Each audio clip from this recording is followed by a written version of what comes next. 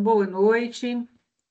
Sejam todos muito bem-vindos à nossa primeira aula da disciplina de Morfologia e Sintaxe. E nessa disciplina, qual que é a nossa ementa?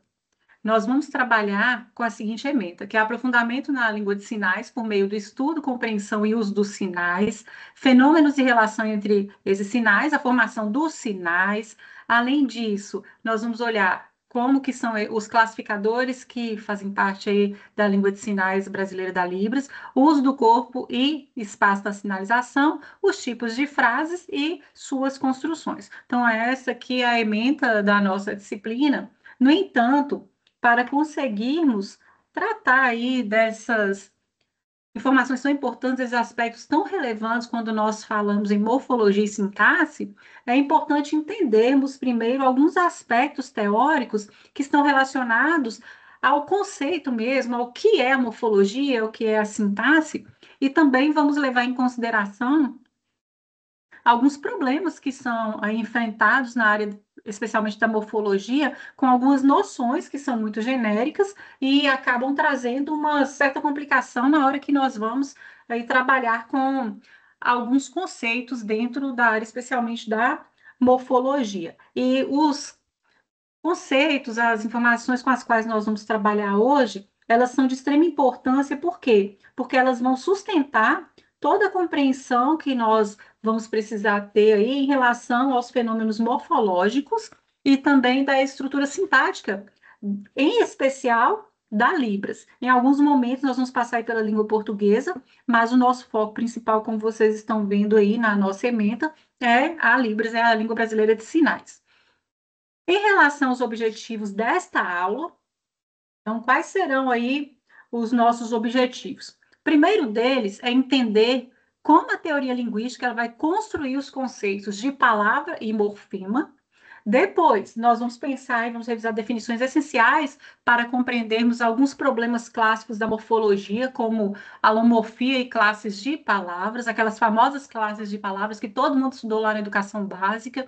Então, nós vamos retomar aí de forma bem breve essas classes de palavras, o conceito, como se categorizam as palavras aí, em especial na língua portuguesa, e vamos trabalhar também com alguns pressupostos básicos da sintaxe gerativa. Então, o último objetivo é introduzir os pressupostos básicos da sintaxe gerativa. Aí, lembrando que nós já vimos, aí nós já estamos fazendo todo um percurso dessa teoria gerativista, nós já trabalhamos um pouco lá na disciplina de introdução aos estudos linguísticos, depois nós vimos um pouco lá em fonética, e por último, nós conversamos um pouco sobre a teoria gerativista em relação à aquisição de linguagem. Então, como que essa teoria ela contribui para a compreensão do processo de aquisição de linguagem.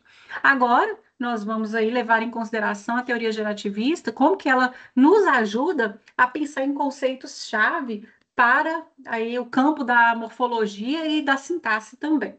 Então, por isso que nós vamos trabalhar, vamos voltar, na verdade, a alguns pressupostos considerados muito básicos quando nós falamos aí em sintaxe gerativa.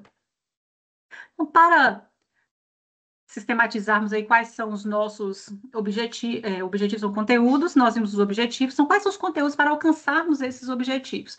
O primeiro é o que é a morfologia, então nós vamos trabalhar com esse conceito, vamos entender aí do que se trata a morfologia, a noção de palavra e de morfema, e lembrando que a noção de palavra ela é bem complexa e cheia de nuances. Quais são os problemas aí morfológicos principais com os quais os estudos aí no campo da morfologia vão lidar com eles, em especial olhando as noções de alomorfia e de classe de palavras, e também nós vamos aí fazer uma introdução à sintaxe, levando em conta, como eu disse anteriormente, quando falei dos objetivos, levando em consideração quais são, então, os pressupostos da teoria gerativa e a formação de sentenças, como que isso funciona. Nesta aula, nós vamos ter como enfoque principal a língua portuguesa. Mais à frente, nós vamos trabalhar com a língua de sinais, com a Libras, com a língua brasileira de sinais. Então, hoje, para que fique mais fácil de vocês compreenderem como que cada um desses campos trabalha, olhando aí para a morfologia e para a sintaxe, que são dois grandes campos e da área da linguística, então nós vamos levar em consideração a língua portuguesa. Para começarmos, então, a nossa discussão, uma pergunta básica aqui que nós precisamos buscar a resposta para ela, para começarmos a pensar aqui no nosso conteúdo é: qual é a maior palavra do português? Vocês sabem qual que é a maior palavra da língua portuguesa? Vocês se lembram? Qual que é a maior palavra? Sim? Alguém arrisca me dizer aí ou escrever qual que é a maior palavra? Se alguém quiser escrever aí no chat, fique à vontade. Então, qual que é a maior palavra da língua portuguesa? Alguém se lembra dela? Ninguém se lembra da nossa maior palavra da língua portuguesa? 1 minuto para pensarem.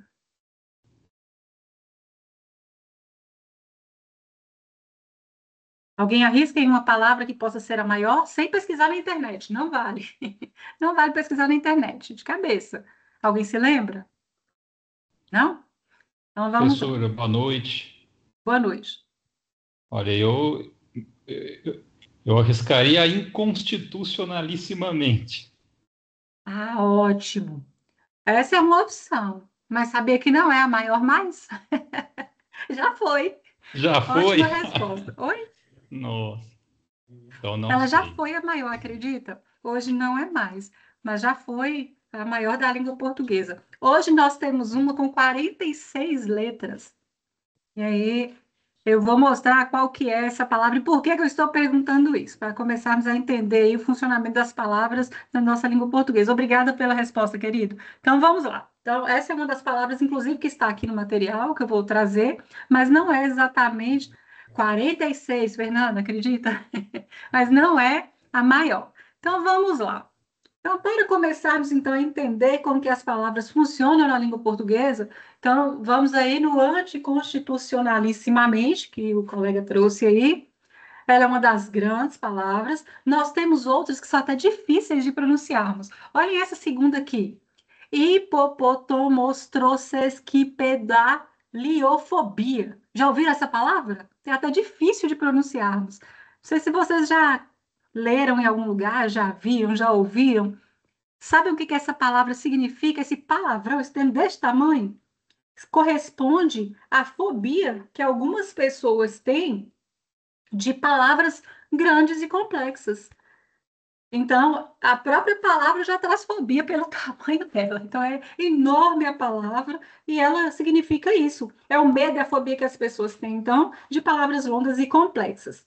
Além dessa, nós temos uma outra aqui. Essa aqui é a maior, com 46 letras. Então, ó, pneumo ultramicroscópico siloco vulcanoconiótico.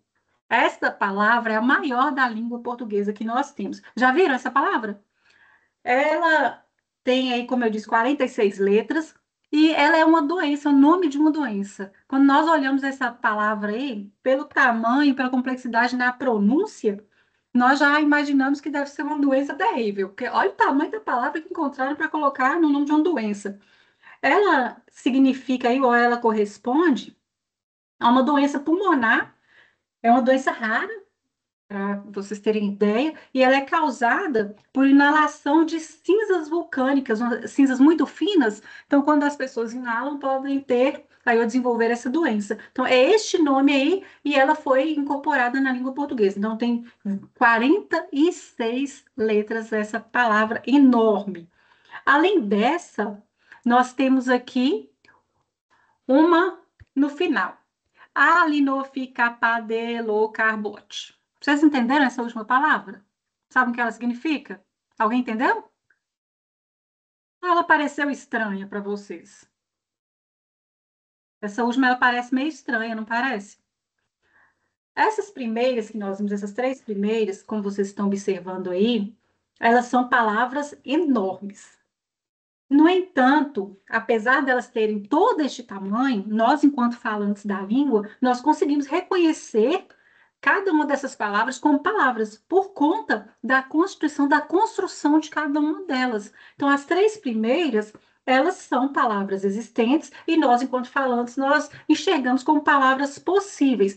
E, assim, apesar delas serem muito grandes, e às vezes nós nem sabemos o significado de algumas palavras, mesmo assim, nós vamos ver que a palavra ela é possível de ser ali construída, que ela faz parte da língua portuguesa, que ela tem uma estrutura possível dentro da língua portuguesa, e ela não vai ser uma invenção que não tem um significado, como no caso dessa última. Então, alinofikapaledocarbonate não é uma palavra, e nós, ao olharmos, nós já conseguimos ver que ela é estranha, ela não tem aí marcas de constituição, de formação de vocábulos na língua portuguesa, ela não soa estranha, essa última palavra. Então, isso vai nos mostrar o quê? Que, apesar de nós termos palavras tão grandes, como essas que nós vimos aqui, como o anticonstitucionalissimamente, que também é uma palavra enorme, e que não é uma invenção, como que nós vamos conseguir olhar isso? Como que nós reconhecemos? Nós reconhecemos que existem o quê? Pedaços, partes dessas palavras ou de outras palavras na estrutura dessa. Por exemplo, esse anticonstitucionalissimamente, nós temos o prefixo anti, nós temos esse constitución, até o N aí, trazendo a parte principal da palavra, a base, nós temos o restante aí dos afixos. Então, nós vamos vendo pedaços, por exemplo, mente, que vem lá no final, que é o mesmo que aparece infelizmente. Então, vão fazendo com que nós enxerguemos que é uma palavra da língua portuguesa. E é esse reconhecimento, então, dessas unidades menores que vão aí nos mostrar como que funciona o estudo da morfologia. É justamente essa possibilidade de juntarmos pedaços menores para constituirmos palavras. E nós, enquanto falantes, darmos conta de reconhecer que são palavras possíveis. Por isso que essa última, com certeza, quando vocês viram aí, vocês já acharam muito estranho, porque realmente não existe essa palavra. E aí, pensando nisso, nessa junção de pedacinhos aí para formarmos palavras, de partes para formarmos palavras, é que nós vamos começar a pensar no conceito de morfologia. Então, o que que é a morfologia, ou o que que esse campo aí da linguística vai estudar? Então, de forma mais tradicional, olhando aí uma conceituação, uma definição bem tradicional, nós vamos ver que para as línguas orais, quando nós levamos em conta as línguas orais, a morfologia é definida como o quê?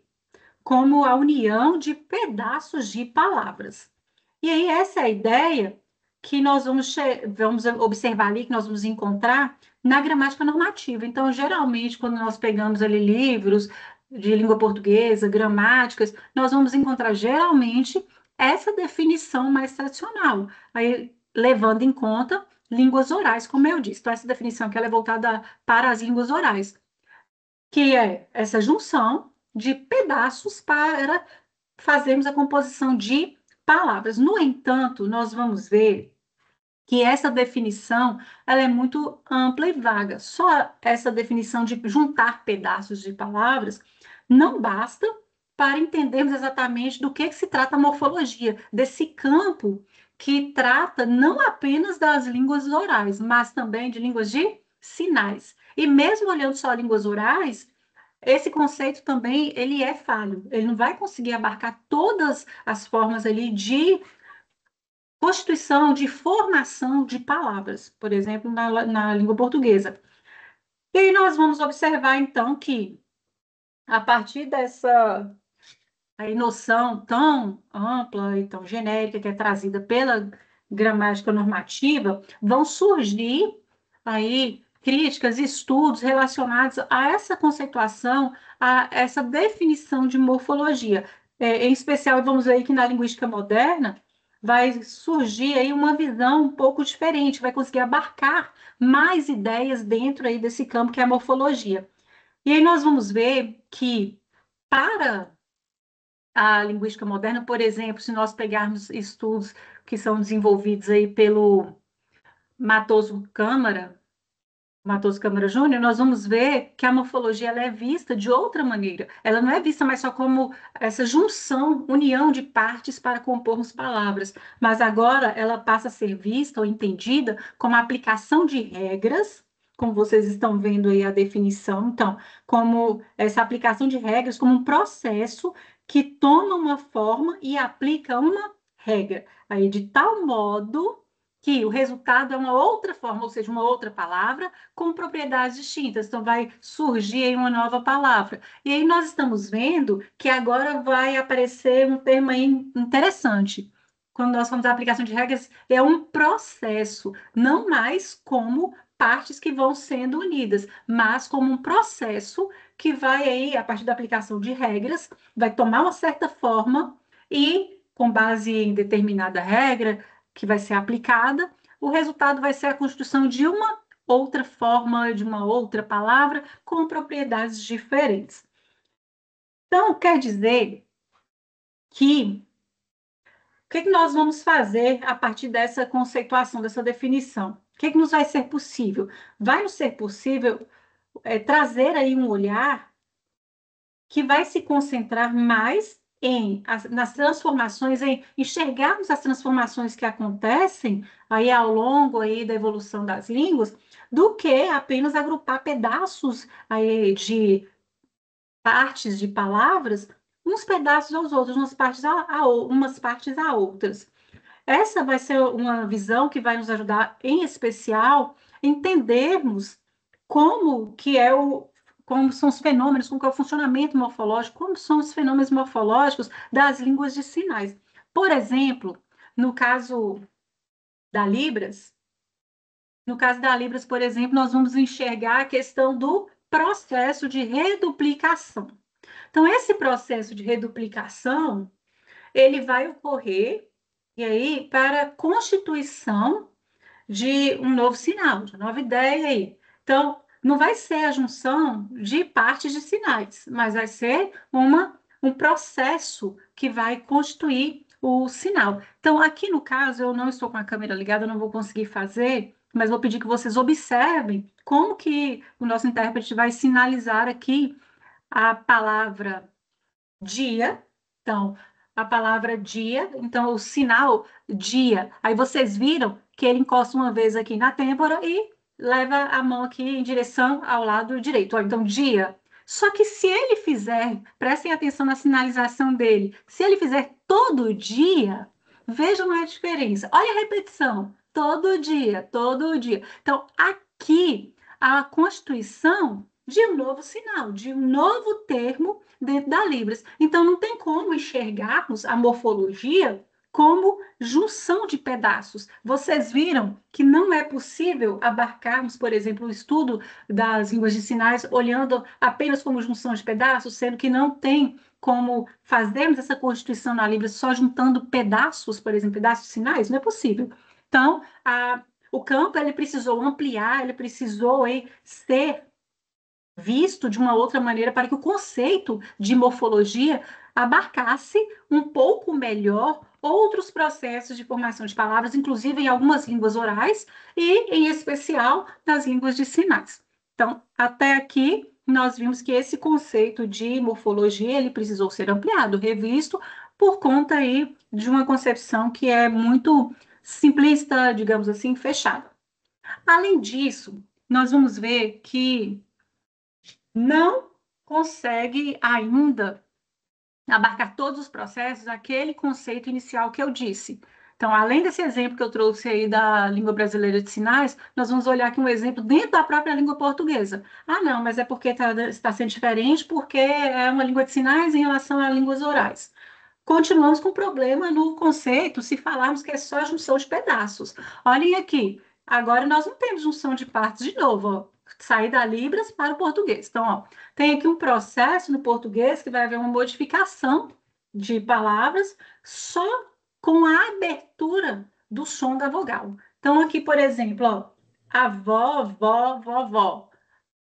O som de avô, vô e vovô, é o som fechado, vai só ter uma abertura do som aí da vogal para avó, vó e vovô. Aqui não é junção de partes de pedaços que compõem a palavra. Aqui vai ser um processo que a palavra vai ter uma modificação, vai surgir uma nova, por conta de uma abertura do som, do timbre, da forma de dizer a vogal, de pronunciar a vogal. Então, acaba criando aí, a partir desse processo, um novo termo ao invés de avô, agora nós temos avó com essa vogal aberta. Isso nos mostra, então, que realmente aquele conceito inicial que nós vimos aí, que é o tradicional, que é o mais comum de encontrarmos em livros de língua portuguesa, em gramáticas, que ele não necessariamente consegue abarcar o que precisa, mesmo olhando para uma língua oral, como no caso a língua portuguesa.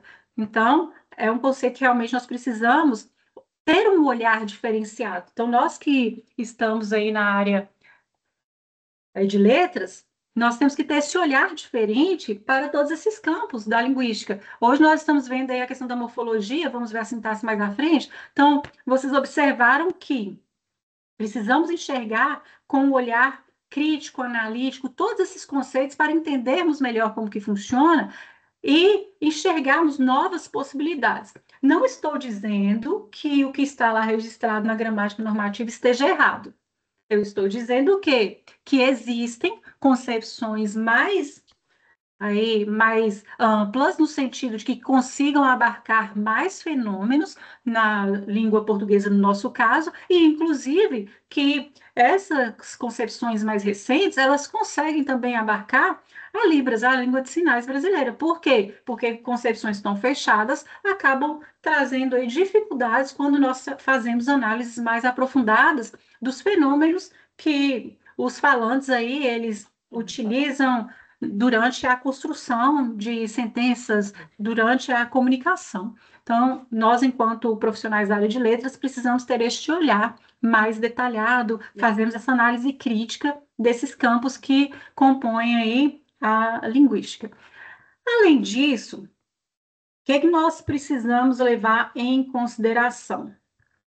Que a morfologia, então, ela vai ter essa concepção mais ampla.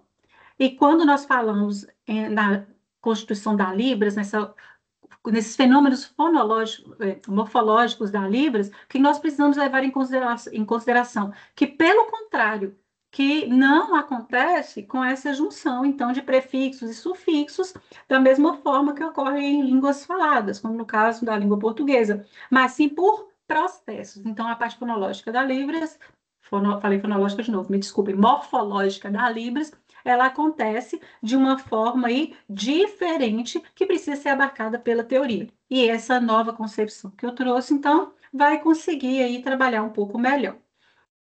E aí, prosseguindo, nós vamos tentar entender melhor o que é a palavra. Então, nós vimos que já começamos com problemas no próprio conceito, na própria noção de morfologia. Nós também temos uma certa dificuldade com a noção de palavra. Vocês já pararam para pensar o que é uma palavra? Se eu perguntar a vocês assim, o que é palavra? O que é uma palavra? Vocês conseguem me responder? Me falar o que é? Fazer uma definição do que é uma palavra? Conseguem? Alguém arrisca? O que é uma palavra? Alguém consegue? Gente, o que é uma palavra? Ninguém arrisca dizer? Ou está pensando? Fernando, Viviane, Fabrício, boa noite, Fabrício. E aí, quer uma palavra? Então vamos lá, já que ninguém arrisca, então vamos. Então, ó, se nós voltarmos o nosso olhar para a noção de palavra, que a palavra é uma unidade básica de estudo aí no campo da morfologia, então se nós voltarmos o nosso olhar para essa unidade básica, o que nós vamos aí observar, o que nós vamos perceber? Que o problema de definir palavra, ele é mais amplo do que nós pensamos, ele é mais complexo do que pensamos.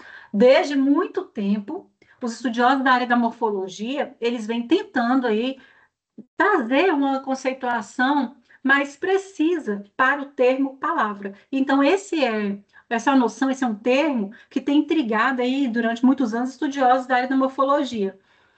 Se nós fôssemos, então, explicar para alguém o que é uma palavra, nós até temos, assim, nós teríamos dificuldades, a maioria de nós tem dificuldades. Eu tenho certeza que quando eu perguntei o que é uma palavra, muitos ficaram pensando, não, disseram, mas ficaram pensando aí em como definir palavra. E aí nós vamos ver que não temos um conceito exato. Nós temos várias formas de perceber e de enxergar para chegarmos a uma conceituação mais aceitável, mais aproximada. Nós não temos aí uma conceituação fechada para o termo palavra. Então, esse é outro problema que quem estuda aí no campo da morfologia, quem desenvolve estudos no campo da morfologia, esse é outro problema que enfrenta. Então, além do próprio conceito de morfologia, nós temos aí essa questão da compreensão do que é a palavra. Então, nós vamos ver que existem formas de tentarmos enxergar aí a palavra para buscarmos uma definição melhor. Então, palavra, se nós pegarmos de uma forma bem aí objetiva, nós podemos dizer que a palavra é uma menor unidade de som e sentido, e ela também é uma menor unidade que é ali autônoma da língua. Então, ela vai ser a menor unidade de som, mas também é uma menor unidade de som que tem sentido, e ela é autônoma. Então, segundo essa definição que nós temos, isso que é uma palavra. Mas se nós pegarmos o conceito que Celso Cunha vai trazer e o Lindley Sintra também, o que esses autores eles vão falar? Que as palavras são, pois, unidades menores que a frase e maiores que o fonema. O que vocês acharam dessa definição? Vocês acreditam que essa definição consegue definir o que é uma palavra? O fato de dizermos assim, ó, estamos explicando, dando aula de, por exemplo, língua portuguesa para os alunos, e nós falamos assim, olha, a palavra nada mais é do que a unidade menor do que a frase e maior que o fonema. Será que os nossos alunos vão entender bem o que é uma palavra só com base nesse conceito tão amplo? E aí vamos precisar pensar um pouco melhor nesse conceito aí de palavra. Então, um dos critérios que nós vamos ver aí mais aceitos quando nós buscamos entender o que é uma palavra, é que a palavra, então, é a menor unidade de som e sentido, e ela é autônoma. Então, guardem essa palavra aí. Guardem este termo, que a palavra, ela é autônoma. Então, o que que isso significa? Que a palavra ela vai significar, ou seja, ela tem uma autonomia em relação ao seu significado, e ela pode, inclusive, ser um enunciado completo, ela pode aí constituir uma frase, ela pode constituir um comentário, ela sozinha, ela pode ser uma resposta para uma pergunta, por exemplo. Então, aqui, ó, nós temos alguns exemplos. Na primeira frase, temos assim, ó, você encontrou a Maria? E a pessoa responde: felizmente. Felizmente é uma palavra, ela é autônoma e ela tem aí um sentido sozinha dentro dessa resposta. A outra frase: você comprou o quê? A pessoa responde: pão. A resposta ficou compreensível, a palavra ela tem um sentido aí sozinha, ela não dependeu de outra para que a pessoa que leia ou escute consiga entender. Outro exemplo, você gosta de doce? Aí a pessoa diz assim, adoro. Aqui nós também enxergamos uma única palavra como resposta e que é autônoma, porque ela tem aí um significado, ela consegue trazer aí uma significação para que a pessoa aí entenda o que está sendo dito. Quando Pedro viajou, aí a pessoa responde assim, ontem. Todo mundo entendeu, entendeu? Que ontem, e a resposta indicando o quando ele viajou, então foi ontem, e é uma única palavra constituindo uma resposta. Então, nesses casos, o que que nós conseguimos aqui observar? Que a palavra sozinha, então, ela vai funcionar como uma frase completa, um enunciado que nós consideramos como autônomo, exatamente pelo fato do que eu disse antes, que quem lê, quem escuta, por exemplo, a informação, quem enxerga, quem visualiza essa informação, consegue entender, porque a palavra ela tem uma autonomia, ela pode constituir uma frase, ela pode constituir um enunciado sozinha, como estamos vendo. Aí nós temos outro exemplo aqui. Quem é que o Pedro encontrou na festa de na festa da Maria. Aí nós temos um outro exemplo para pensarmos aqui. Porque como nós sabemos, eu tenho certeza de que desde quando nós começamos a estudar e que vocês ingressaram no curso de letras, eu tenho certeza de que vocês já começaram a perceber que a linguística ela sempre vai apresentar um porém. Então, sempre vai ter aí algo a ser analisado, sempre vai ter uma crítica em relação a alguma coisa, sempre vai ter um aspecto para ser aí estudado com outro olhar. Então, mais uma vez, a linguística ela vai ter um porém aqui. Se nós usarmos, por exemplo, o pronome me, se eu dissesse assim, o Pedro me encontrou na festa da Maria, que isso faz aqui na frase? Qual a diferença que isso vai fazer? O que isso vai aqui provocar dentro da frase em relação a essa noção de palavra? Aonde isso nos leva? O que isso nos faz pensar? Que quando nós dissermos assim, ó, quando nós falamos, quem é que o Pedro encontrou na festa da Maria? Se nós respondêssemos assim, ó, eu. Se nós falarmos eu, como está aí como resposta, vai funcionar bem. Então, é uma palavra autônoma. Se eu falasse, quem que o Pedro encontrou? Aí, por exemplo, o Fernando respondesse assim, eu. Eu entendi bem. Ele encontrou o Fernando. Ok. Então, ficou clara a resposta. Mas vamos dizer que alguém respondesse assim, o Pedro me encontrou na festa da Maria. E agora, aqui, nós temos um detalhe. Se nós respondêssemos assim, quem é que o Pedro encontrou na festa da Maria? Aí a pessoa fala assim, me. Vai fazer sentido? Vai ter o mesmo sentido que o eu, por exemplo? Não, quem ele encontrou? Me. Nós não vamos entender o que esse me quer dizer. Por quê? Porque esse me, ele não vai funcionar da mesma maneira que o eu, porque ele não vai dar conta em relação à significação de aparecer sozinho na frase, constituindo aí uma frase, um enunciado, um todo de sentido. Não vai ser possível. Então, isso nos mostra o quê? Será que essa definição, se nós seguirmos a definição aí simples, e olhando aí o que é uma palavra, considerando essa situação aqui do me, será que o na verdade, não seria uma palavra, então? Intuitivamente, o que é que nós vamos pensar, olhando para essa palavra? Nós vamos olhar e dizer, não, é a unidade da língua, realmente faz parte da língua portuguesa. Mas será que é uma palavra? Será que realmente é uma palavra? E aí, isso vai trazer mais um problema. Por quê? Nós vimos que a palavra, vou até voltar aqui no conceito. Então, nós vimos aqui que palavra é a menor unidade de som, o meio até então é a unidade de som, ok. E de sentido autônoma, ela é um termo aí autônomo, então ela é autônoma de sentido da língua. Será que esse me teve um sentido autônomo? Infelizmente, não. Então, quer dizer que essa conceituação aqui, ela já vai ter aí um problema. Por quê? Porque ela não vai conseguir abarcar, por exemplo, esse tipo de palavra, esse tipo de pronome. Então, vai ter essa lacuna aí nessa conceituação. Para resolver este problema, o que que nós vamos observar? O que que aconteceu? Nós vamos ver que o Matoso Câmara Júnior, ele vai dizer que nós precisamos levar em consideração as tipologias das formas para entendermos o que é uma palavra. Então, vocês viram que até agora eu só estou falando de palavra, do conceito de palavra. Olhem o tanto de coisa que nós já vimos que uma palavra pode ser e não conseguimos ainda chegar a um conceito.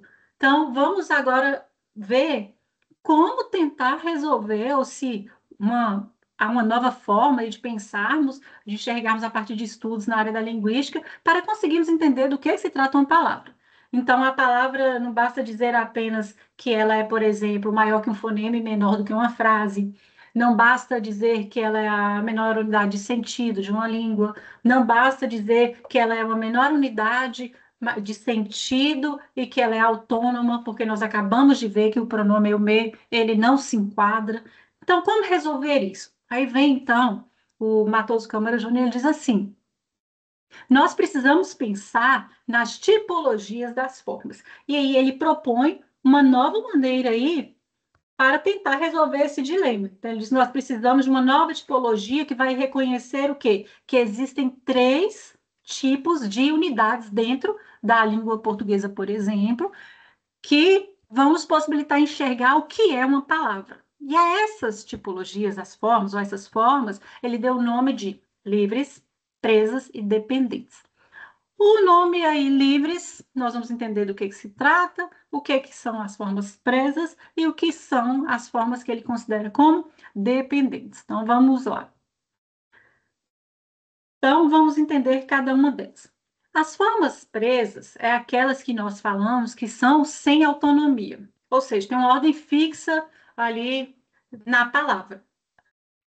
E dentro da própria frase, na constituição da frase, se nós trocarmos de lugar, não podemos desmembrar da palavra para mudarmos de lugar. Então, nós não podemos tirar nem de dentro da palavra ali e alterarmos de lugar, e muito menos dentro da frase, também não vai ter como fazermos isso. Então, por isso que nós falamos que as formas presas são aquelas formas sem autonomia. Então, nós temos aí, por exemplo, os afixos, os prefixos e sufixos, por exemplo, mente, ante. Então, são pedaços, partes das palavras que dependem se unir a outra parte da palavra, das palavras, para ter aí um sentido, para significar alguma coisa de forma mais consistente. Então, por exemplo, se eu pegar feliz e juntar mente, vira felizmente. Eu não posso tirar esse mente aí do final da palavra feliz e jogar no início e colocar assim mente feliz, como uma palavra única. Não tem como. Então, por isso que nós dizemos que as formas presas são aquelas que não têm autonomia. Então, elas aí sozinhas, elas não vão ter essa autonomia total, e aí nós vamos ver que elas vão depender de outras partes de palavras para terem aí uma significação, para fazerem sentido. E elas sempre vão aparecer em ordem fixa. E como eu dei o exemplo, por exemplo, o exemplo, por exemplo, essa foi ótima. Como eu dei o exemplo do vocábulo felizmente, então nós temos aí no final do vocábulo, no final da palavra, e não conseguimos trocar. Anticonstitucionalissimamente. O antes tem que vir no início. Se vier no final, se nós retirarmos, não constitui palavra, não constitui a palavra. Então, vai ser aí uma ordem fixa. Por isso que nós falamos que são formas presas, são sem autonomia, e elas apresentam aí essa ordem fixa.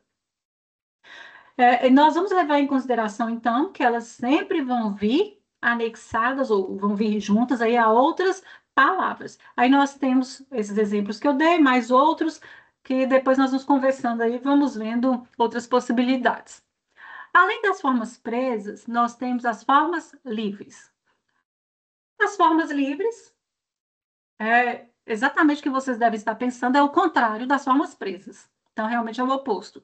Então, as formas livres vão funcionar de uma maneira contrária. Agora, são formas que fazem parte aí da estrutura da língua, no nosso caso, por exemplo, da língua portuguesa, que vão aparecer sozinhas, e essas formas, elas vão ter uma autonomia total.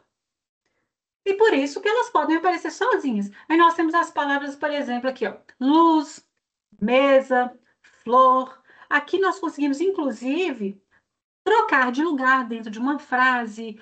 Por exemplo, se eu dissesse assim, a luz se apagou, eu posso inverter e dizer, apagou-se a luz. Vocês viram que eu consigo trocar de lugar e o termo continua fazendo sentido, tendo a significação dentro da frase? Da mesma maneira daquelas palavras anteriores, quando, por exemplo, nós vimos em uma frase assim, um anterior, que nós vimos há pouco tempo. Se eu perguntasse assim, você comprou o quê? Aí a pessoa responde, pão. É uma forma livre. Por quê? Ela tem autonomia, ela sozinha constitui aí uma frase, constitui um todo de significação, e é possível tirarmos do lugar, colocarmos no início, no final da frase. Então, por isso que nós falamos que são formas livres, ou seja, elas têm autonomia. E tem as formas que elas não são presas, mas também não são consideradas livres. Por isso que elas são chamadas de dependentes. O que são essas formas dependentes, então?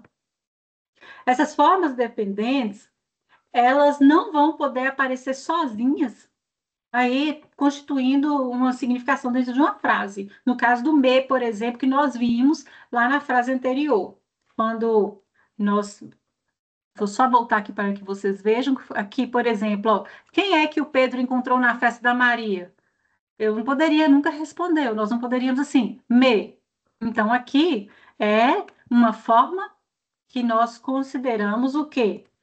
Dependente.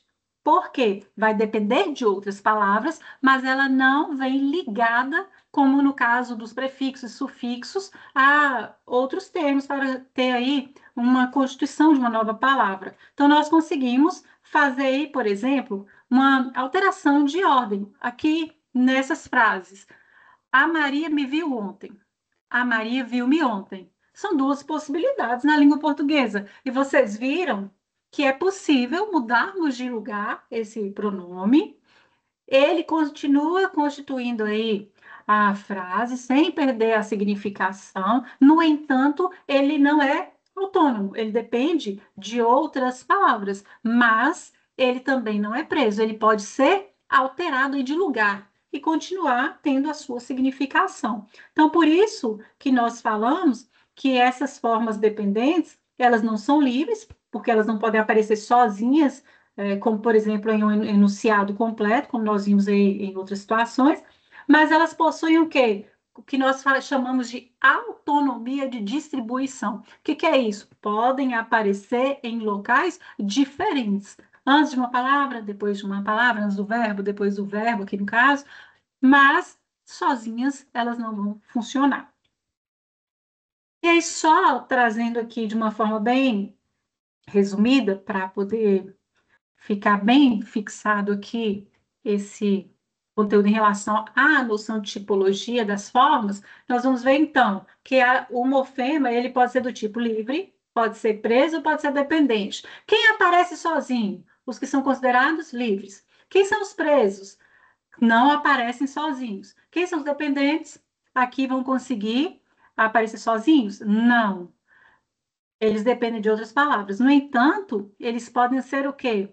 Alterados de lugar. Forma a palavra as que são os morfemas que são do tipo livres? Sim, formam uma palavra, por quê? Eles vão ser uma unidade ali de som que tem uma significação completa e podem aparecer sozinhos, formando um enunciado, uma frase. Por exemplo, casa, flor, hoje tem aí uma significação que não depende de outra palavra para constituir um termo. Quando são os presos? Não podem aparecer sozinhos e não vão formar palavras sozinhos também. Por exemplo, re, eu preciso de outro termo, de um termo, na verdade, de outro morfema para juntar, para virar uma palavra. Ó, refazer. Mente. Se eu dissesse assim, por exemplo, felizmente. O S, indicativo de plural. Se eu falasse livro, livros, eu dependo aí de outra parte da palavra para juntar e formar, ou de outros morfemas para juntar e formar uma palavra. E os dependentes são aqueles, como eu disse, que eles não estão presos, mas eles também não são autônomos. E, por exemplo, me, te, se, que podem mudar de posição dentro da frase, mas não constituem significação isoladamente. Então, aqui é só para fixarmos o que seria cada uma dessas tipologias para tentarmos enxergar qual que é aí a ideia exatamente de palavra, o que a palavra quer dizer. Só que aí nós nos esbarramos em outra situação. Qual que é o problema? Que nós estamos falando de palavra e aí nós observamos que aparece o conceito de morfema no meio. O que morfema tem a ver com palavra, então? A palavra, nós vimos que é essa unidade completa de sentido que nós usamos para quê? Aí agora estou só fazendo referência a línguas faladas, então nós usamos para falar ou escrever. Pode aparecer sozinha na frase, nós já vimos isso, e aí vem a conexão aí com o termo morfema, e é composta por um ou mais morfemas. E é interessante que, em alguns casos, há palavras que correspondem a morfemas, uma morfema que corresponde a uma palavra. Então, por exemplo, flor, luz, sol, mar, são termos que não se decompõem, são termos que nós falamos que são indivisíveis. Então, neste caso, nós temos um morfema que corresponde a uma palavra. Aí realmente são iguais. O morfema é o mesmo que a palavra. Por quê?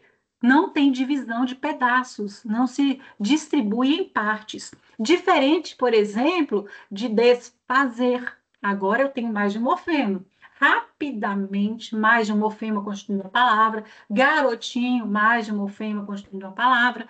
Então, não necessariamente palavra e morfema são termos sinônimos. Em alguns casos, vai coincidir de um morfema ser uma palavra. Por quê? Porque aquela palavra só tem um único morfema. Então, aquele morfema ele já é a palavra exata. Como eu disse no caso de mar, flor, sol, então é um único morfema. Por que que é único? Porque nós não temos partes ali se unindo, formando um único termo. Nós temos um único morfema, nós não temos mais de um morfema. Então, por isso que pode coincidir. Então, vamos entender o que que é um morfema, então, para não confundirmos morfemas com palavras. Lembrando que pode coincidir, mas não necessariamente isso vai acontecer. Então, em alguns casos, sim, na maioria das vezes, não. Então, ó, morfema. O que que é um morfema, então? É a menor parte, aquele menor pedaço de uma palavra que tem um certo significado. Aí nós temos aqui, como eu disse, ó, voz é um morfema e ao mesmo tempo é uma palavra, mar é um morfema e ao mesmo tempo uma palavra, ver é um morfema e ao mesmo tempo é uma palavra, porém, ante é só um morfema, mente é só um morfema, porque não constituem palavras sozinhos. Então, aqui eu tenho um pedaço de palavras. Para entendermos melhor como que uma palavra pode ser formada por morfemas, como que isso funciona, nós temos aí esse exemplo do termo garotinho. Então, se nós fizermos a decomposição desse termo, o que, que nós vamos observar? Nós temos a base, que é aí esse garote até o T, depois vai haver aí um morfema preso, que é esse INH, que vai trazer o sentido aí de diminutivo, então, vai mostrar essa parte aí que expressa o diminutivo na palavra. E nós temos um morfema preso que vai indicar a flexão aí de gênero, que é o gênero masculino. Então, ó, esse morfema ele é preso in, esse INH, por quê? Porque não dá para trocarmos de lugar. E qual que é a significação que ele traz para a palavra? De diminutivo. Ele é, então, um pedaço da palavra garotinho. Qual que é a parte principal? Essa primeira aí, que é garote, que é o radical, que é a base da palavra. E qual que é o último morfema que aparece? É o O, que é esse indicativo de gênero. Se eu mudasse, colocasse assim, garotinha, eu trocaria esse morfema, seria um morfema indicativo de feminino, mas ele continuaria sendo um morfema preso. Por quê? Porque não teria como mudar de lugar. Se eu mudar de lugar, eu vou ali desorganizar a estruturação da palavra e não vou fazer a composição da palavra de forma adequada. Então, um morfema, como vocês estão vendo aí, corresponde ao menor pedaço de uma palavra que tem significado. Que significado é esse? Por exemplo, de diminutivo, de flexão de gênero, é indicativo de plural, por exemplo, de quando nós temos ali nos verbos as conjugações, então a questão do tempo, a pessoa verbal, então isso aí são morfemas que vão trazer a significação e são pedaços que vão sendo aí unidos às bases, ao radical e vão formando, junto com outros morfemas, palavras.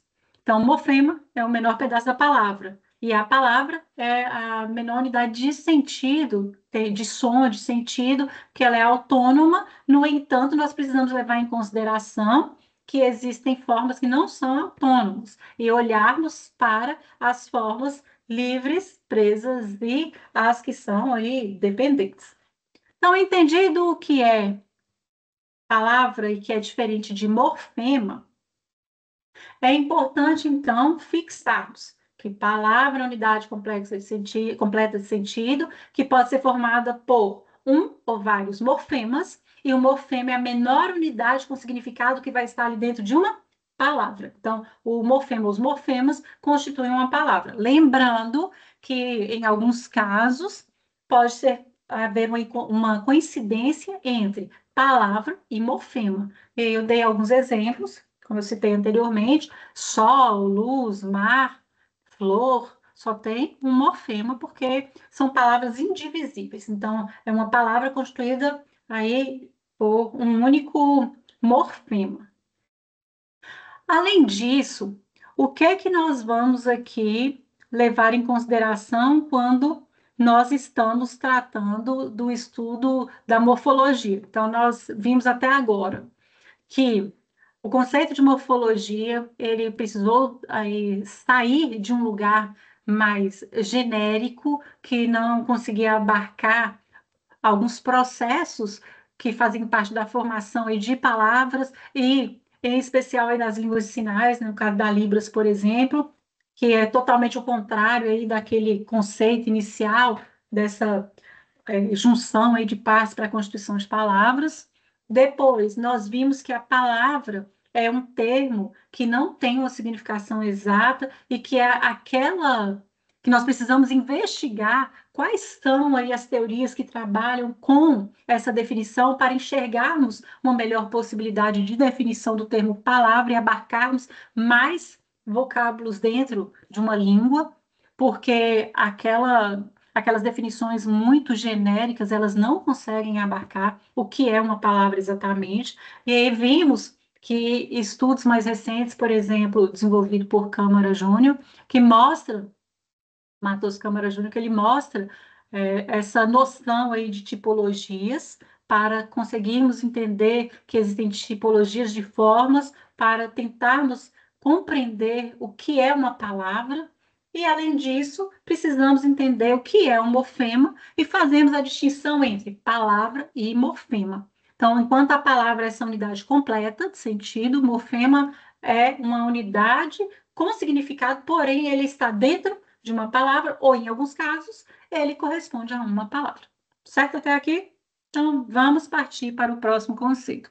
Eu sempre gosto de ir voltando, enfatizando esses termos, para não confundirem, porque são muitos elementos, são muitas noções, e pode ser que uma hora ou outra uma se confunda com outra aí abordagem, então para ficar bem claro, eu vou sempre voltando. Aí vem outro problema. Então, vocês viram que até agora nós tivemos vários problemas para resolver. Então, lá desde o início, nós só estamos tentando resolver problemas com os estudos mais recentes aí dentro do campo da morfologia. Outro problema que os estudos no campo da morfologia tentam resolver é em relação a um fenômeno que é chamado de alomorfia. Nós temos os alofones, lá no caso da fonético-fonologia, não sei se você se lembra. Aqui nós temos a alomorfia, que está relacionada aos morfemas. Lá é aos fonemas, aqui é aos morfemas. Então, o que é essa alomorfia? Vai ser aí a variação do morfema. Enquanto o alofone é variação do fonema, aqui na morfologia nós temos a variação do morfema, por isso que é chamada de alomorfia. O que é isso? São formas que vão apresentar o quê? Formatos diferentes. Então, são formas diferentes, mas o significado vai ser igual. Como assim? Aí eu já vou explicar o que é essa diferença de formas, mas com o mesmo significado. Vocês em algum momento já pararam para poder observar que os morfemas, eles nem sempre eles vão ter a mesma forma? Alguém já parou para pensar nisso? Ou nunca parou para pensar? Se não parou para pensar, agora vai começar a prestar atenção. Então, nós vamos ver que os morfemas, eles vão apresentar alguns deles formas diferentes. Então, isso não é tão raro na língua portuguesa, por exemplo.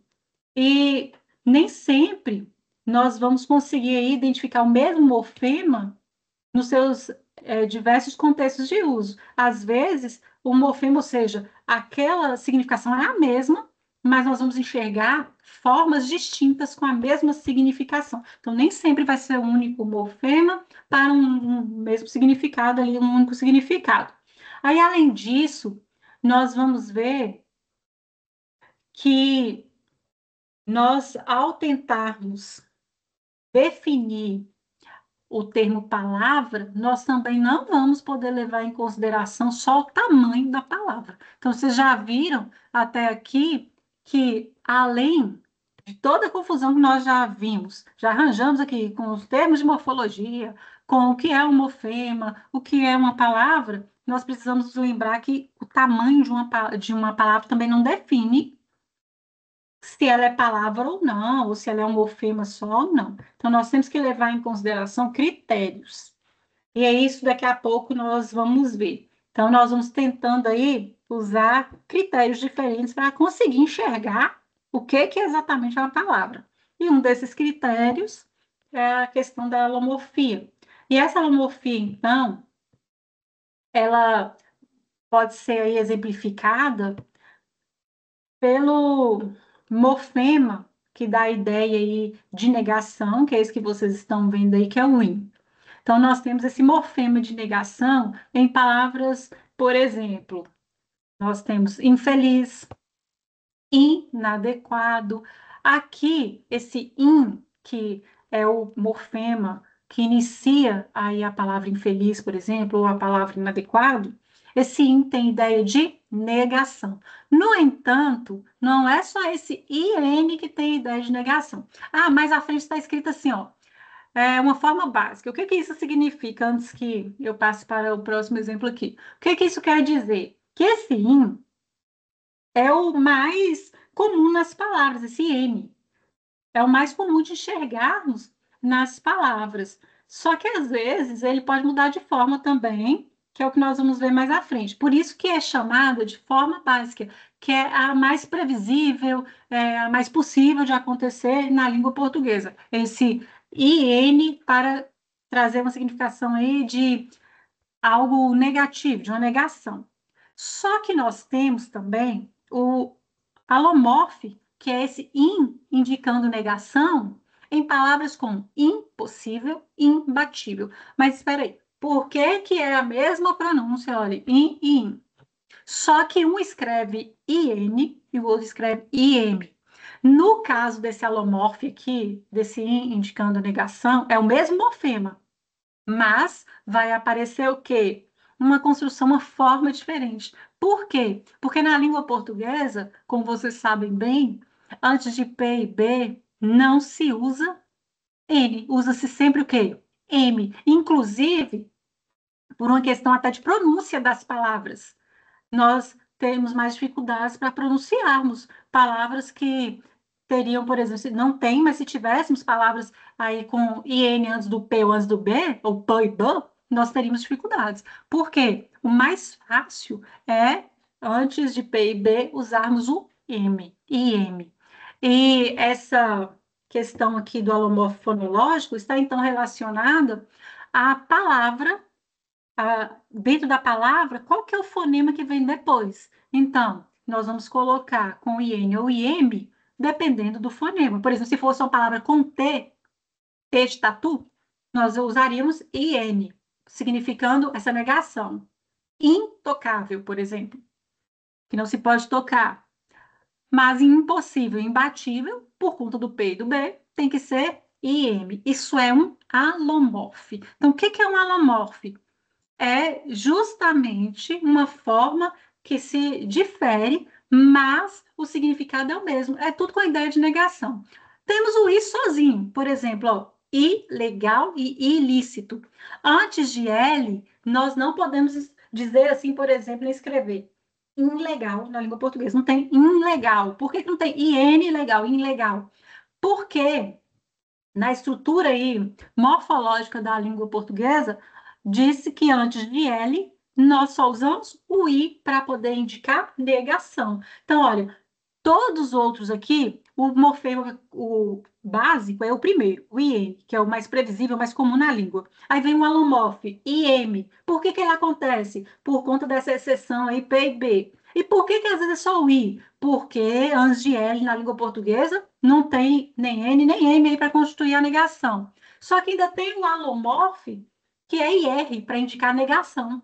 Irregular, irresponsável. Não existe, por exemplo, irresponsável, irregular, porque antes de R não tem o N nem o M aí compondo essas palavras que nós estamos vendo aí com a ideia de negação. Então, todas essas formas, IM, I e IR, são alomorfes, ou seja, o fenômeno da alomorfia, quando nós olhamos aí esse morfema que indica negação, tendo o primeiro como mais previsível, como a forma básica.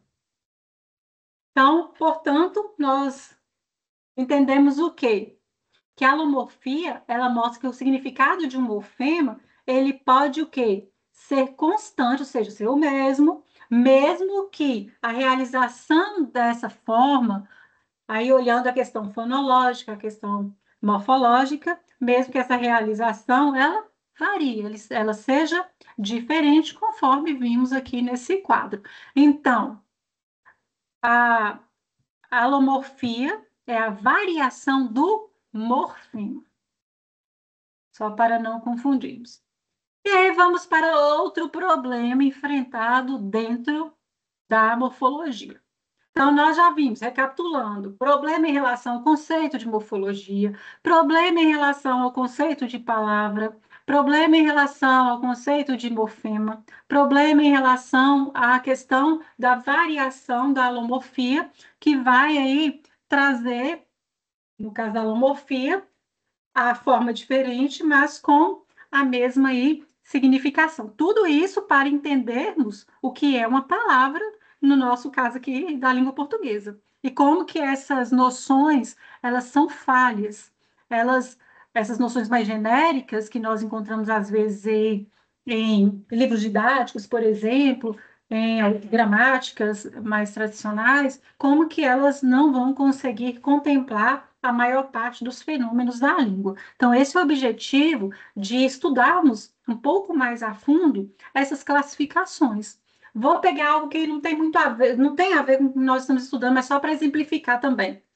Não sei se vocês já viram, tem frases que, segundo aí a teoria tradicional da gramática normativa, tem frases que são consideradas com sujeito indeterminado. Só que se nós, orações com sujeito indeterminado, só que nós, se fizermos uma análise aprofundada, nós vamos encontrar o sujeito. Então, assim, há várias concepções na gramática e normativa que vão acabar deixando lacunas e não conseguem aí preencher todos os fenômenos que fazem parte da língua.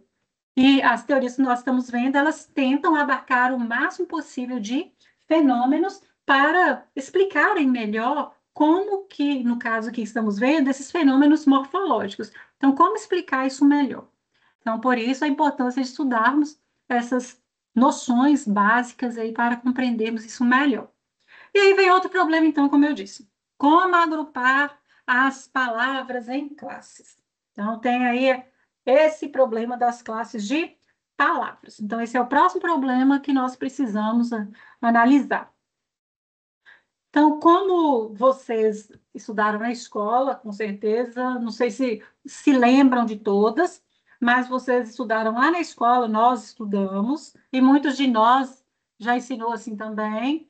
Lembrando que eu não estou dizendo que está errado, só estou trazendo um novo olhar em relação a essas categorias que aparecem aí na nossa língua e que a gramática tradicional trata de uma forma, e nós vamos enxergando estudos mais recentes que vão trazendo um novo olhar. Então, nós estudamos, muitos de nós já ensinou assim, e quais são, então, de acordo com a gramática tradicional, quais são aí as classes de palavras? Então, a gramática tradicional, a gramática normativa, vai trazer o quê? Vai dizer que existem 10 classes de palavras. Mas será que a linguística ela também define dessa forma? Ela diz que as classes de palavras, elas são 10, que elas são as palavras categorizadas dessa forma? Então, vamos entender como que a linguística vai enxergar essa categorização das palavras aí na língua portuguesa. Então, vamos lá. Antes de falar dessa categorização com base em estudos mais recentes, eu só vou retomar um aspecto aqui importante, que a gramática, eu até deixei aqui essa informação anotada aqui acima, quando tem assim, ó, gramática tradicional, critério semântico. A gramática tradicional, ela vai usar principalmente o critério semântico para classificar, para ali agrupar as palavras que fazem parte da língua portuguesa.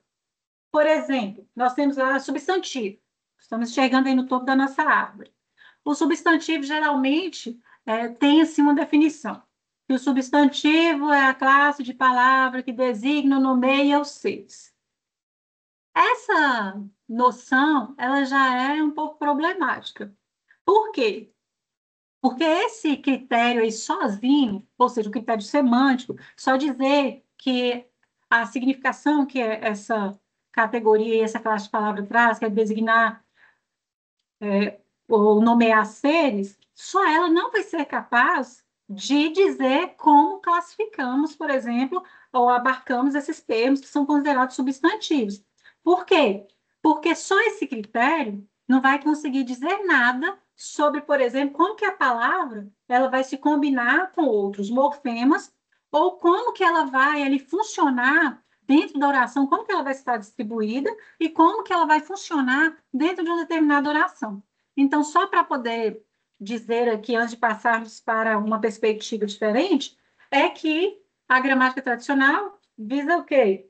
Essa classificação com base no critério semântico. No entanto, estudos na área da linguística, mais uma vez o Matos Câmara Júnior vai nos mostrar que esse critério sozinho, ele não vai funcionar bem. Então, por que não vai funcionar bem? Então, vamos entender agora por que que esse critério não funciona tão bem e como que estudos na área da linguística, aqui especificamente os estudos trazidos por Matoso Câmara Júnior, por que que a noção de classe de palavras precisa ser pensada de uma outra forma. Então, vamos lá. Matoso Câmara Júnior, o que que ele vai fazer? Ele diz que para que nós tenhamos uma classificação aí um pouco mais robusta, mais consistente, é necessário levarmos em consideração três critérios simultâneos. Então, ele vai sugerir que para conseguirmos classificar as palavras da nossa língua portuguesa, nós precisamos levar em consideração três critérios simultâneos. Aí ele fala o seguinte, que nós temos um critério que é semântico, vocês já viram que lá nós temos o semântico também, lá na gramática tradicional, só que nós temos também o morfológico e o sintático. O critério semântico é aquele, como nós já sabemos, está relacionado ao significado. Então, aí nós temos os substantivos, por exemplo, correspondem à classe de palavras que designam no meio seres. Aí, só uma observação. A palavra seres também já é confusa, é complexa, porque não dá para sabermos o que exatamente significa seres. O que são seres? Então, designa nomeia seres. Uma cadeira é um ser, por exemplo. Então, nós temos que pensar aí nessas noções e tentando entender o que elas querem dizer. Então, é uma questão que já traz um problema aí para essa noção de substantivo. Mas nós conseguimos aí olhar esses substantivos como esse elemento que aparece aí dentro da nossa língua, são palavras que são categorizadas a partir dessa questão semântica. Só que não basta, os verbos também nós conseguimos olhar, por exemplo, os verbos são as palavras que indicam ação, então nós podemos olhar assim, só que não basta só isso, nós precisamos olhar outros critérios, e de forma simultânea. Outro critério que precisamos olhar ao mesmo tempo, o morfológico. Então, que é a questão das formas que são variáveis. Exemplo, substantivos e adjetivos, eles vão se caracterizar pela presença de morfemas de gênero, de número. Então, nós temos aqui gênero, menino, menina, número, menina, singular, meninas, plural. Então, nós vamos ter essa caracterização aí pela presença de morfemas de gênero e de número. E temos a questão que é sintática. Então, esse critério sintático, que é justamente a função que essas palavras vão desempenhar em uma sentença. Exemplo, tem palavras que vão funcionar como com a função adjetiva. Então, vai ter uma função adjetiva. Nós vamos chamar, aí no caso, com base na teoria de Matos Câmara Júnior, de termo determinante. Então, vai ter essa função adjetiva, vai ser um termo determinante. Por quê? Porque ele vai modificar ou determinar um núcleo nominal. No caso aqui, o jogador brasileiro. Núcleo nominal, jogador que é o substantivo. Brasileiro tem a função adjetiva, que vai ser o determinante.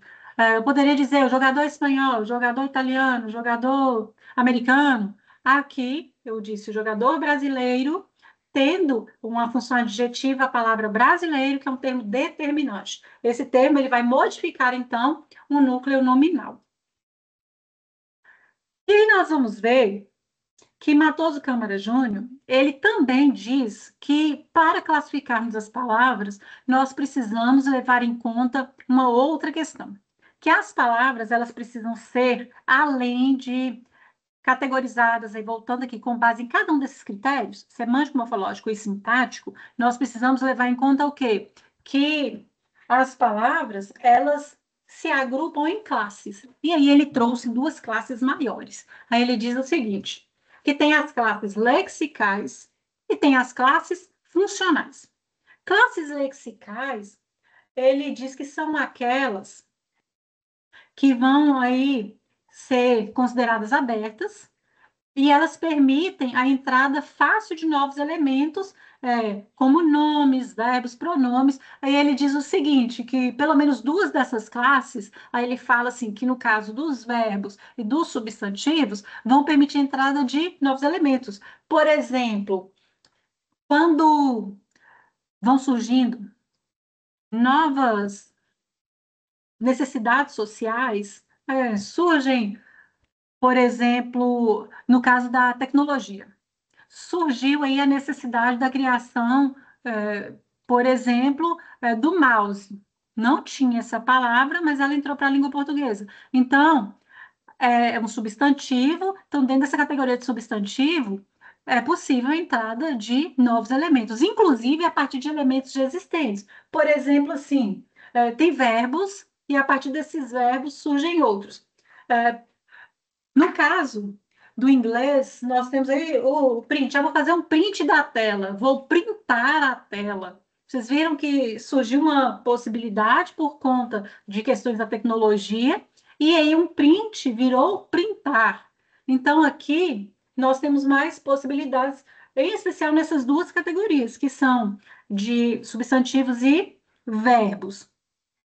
E aí nós vamos ver que dentro dessas classes, que ele chama de classes lexicais abertas, ele vai englobar o quê? O que ele chama de nomes. O que são os nomes? São aqueles elementos da língua que têm função de substantivo, de adjetivo e de advérbio. Além disso, os verbos e os pronomes. Já as classes que ele chama de funcionais, o que é isso? São as classes que ele chama de fechadas. São classes menores, enquanto as classes lexicais são classes maiores, que têm uma maior possibilidade de elementos de termos, essas classes menores, elas não vão permitir a entrada de elementos com muita facilidade na língua. Então, por exemplo, assim, artigo, o, a, os, as, uma, uns, umas. Não temos mais possibilidades. Conjunção, de, para, com e por aí vai. Ou conjunção, não, preposição, de, para, com, troquei aqui. Preposição, de, para, com, e outras mais. Conjunção, mas, e, logo. E aí nós vamos ter como se fossem, assim, fossem listas de termos. E com uma dificuldade de entrada de novos termos. Então, nós temos quase que listas fechadas. Já substantivo, verbo, nós vamos vendo aí variações, em especial de substantivos e verbos às vezes de algum adjetivo, algum advérbio que vai surgindo, mas Matheus Câmara Júnior diz que, em especial, substantivos e verbos, ou a classe de substantivos e de verbos, que mais vão permitir essa entrada de novos elementos com mais facilidade. Então, aqui, nós temos as classes lexicais, que são as classes abertas, como eu disse, que são aquelas que vão abarcar novos elementos, e as classes funcionais são chamadas de classes fechadas. E é isso tudo para entendermos como que ele vai trazer aí essa noção de classes de palavras. Então, ao invés de trazer 10 classes de palavras, como a gramática tradicional traz, ele diz que nós temos que levar em conta critérios, olhando aí a questão semântica, morfológica e sintática, e aí, além de tudo, ele traz duas categorias só, ele chama de classes lexicais e classes funcionais. Então, vamos lá. Vamos analisar aqui esses critérios, como que eles podem funcionar. Então, aqui, ó. Olhando aí para a função, nós temos a função de substantivo, a função de adjetivo, a função de advérbio, por exemplo. Se nós pegarmos semanticamente, nós vamos ver que o substantivo, os substantivos semanticamente vão representar o quê? Coisas. Exemplo, ó, marinheiro, aí coisas entre aspas. Vocês viram que é até complicado dizer o que representam? Seres, objetos, coisas entre aspas, então a própria noção já é um pouco complexa, difícil de trabalharmos a noção de substantivo. Então, vamos lá. Aí nós temos aí essa função, semanticamente aí, vão representar coisas. Aí nós temos os substantivos, aí temos assim, ó, marinheiro, brasileiro pode ser substantivo ou pode ser adjetivo, então vai depender da posição que vem na frase.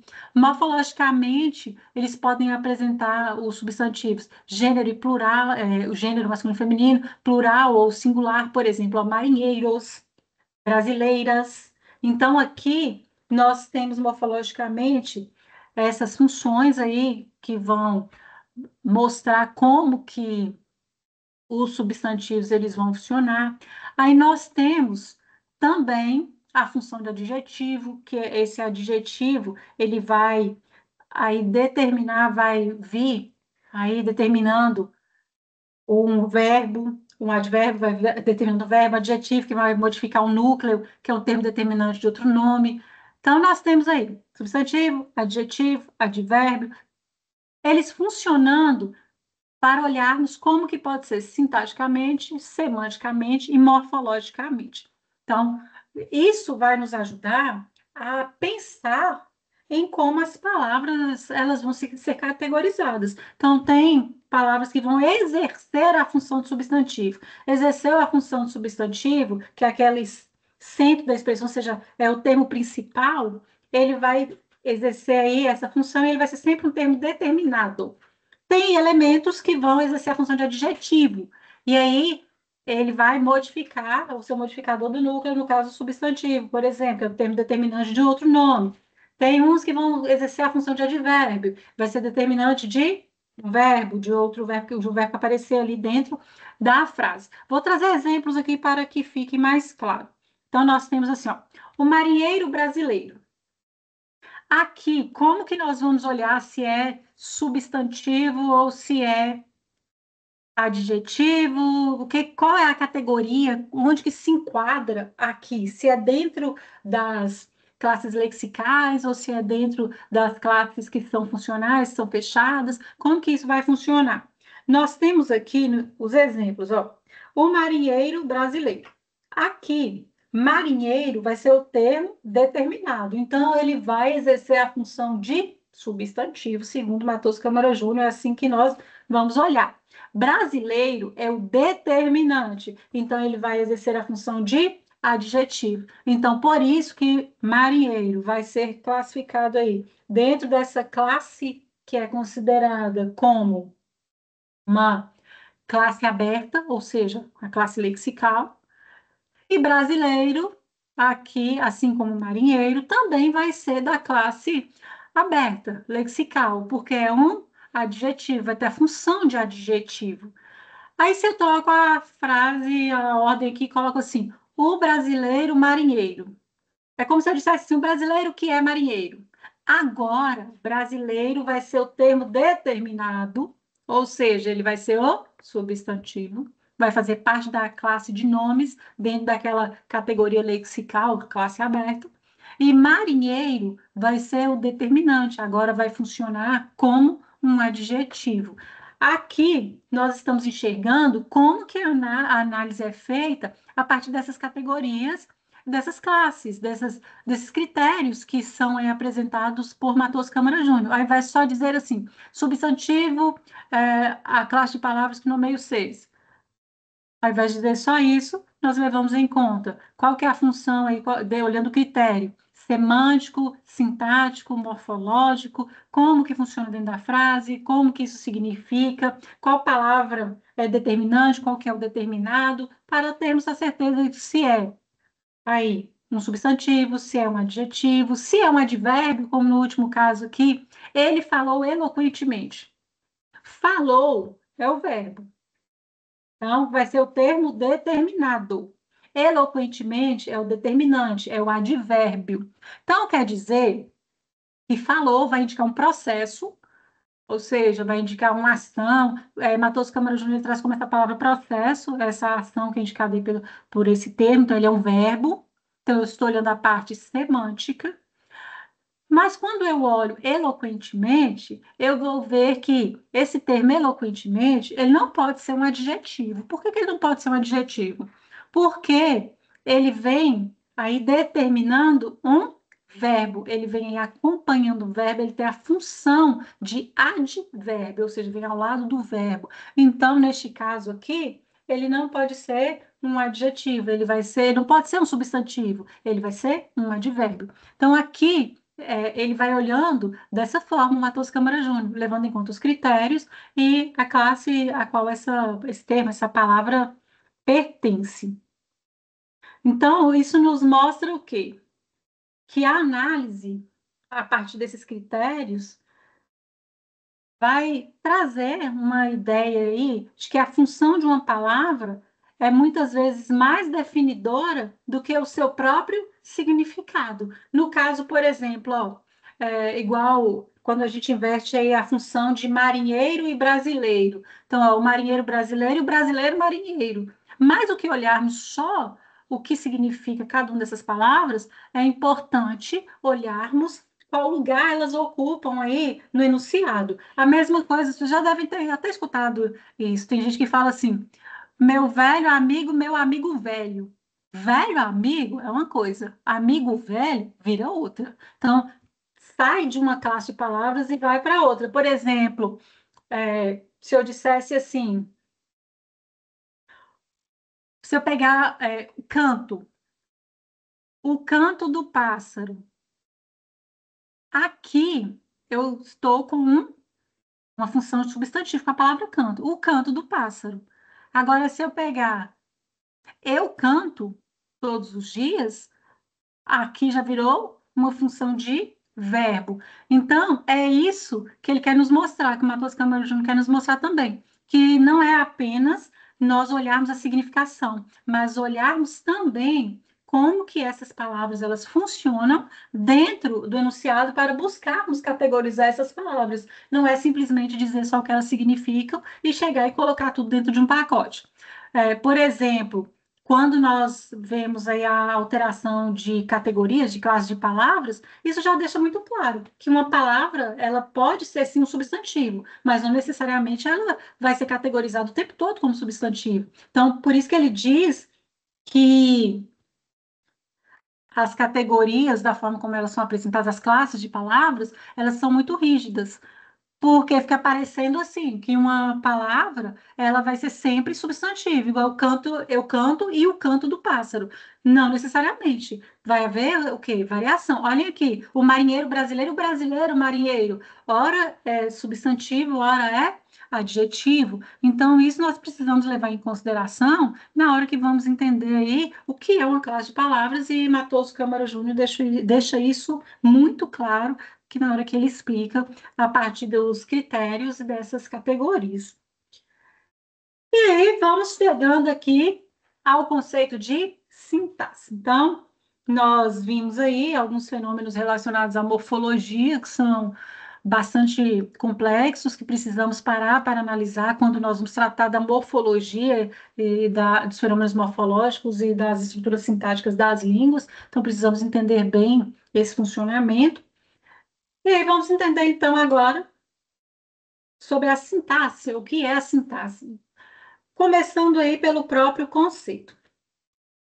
Então, vamos refletir sobre os pressupostos básicos que vão nos levar a compreender como que as línguas naturais funcionam, e aí, com atenção especial ao português e a Libras, a partir da próxima aula, com um foco maior na língua brasileira de sinais. E aí, nós vamos utilizar um referencial teórico que para vocês não é mais novidade. É um referencial teórico que já passou a ser aí mais próximo, que é a teoria gerativa do Noam Chomsky. Lembram-se dele? Então, no mesmo Noam Chomsky que nós vimos lá no início, quando trabalhamos com o conceito de língua e de linguagem, depois nós voltamos lá na aquisição de linguagem, quando ele falou sobre essa questão da gramática universal, sobre essa gramática internalizada que todos nós temos. Lembram-se disso? Que todo falante já nasce com essa gramática internalizada. Então, nós vamos retomar aqui essa concepção da teoria gerativista de Chomsky para entendermos sobre a constituição das sentenças, como que elas vão funcionar exatamente para depois entrarmos aí de forma mais específica nos exemplos que constituem olhando a estrutura da língua de sinais. Hoje nós não vamos trabalhar com essas estruturas, na próxima aula, mas nós precisamos entender essas bases para conseguirmos enxergar exatamente o funcionamento dos fenômenos morfológicos e sintáticos, como eu disse. Então, vamos lá.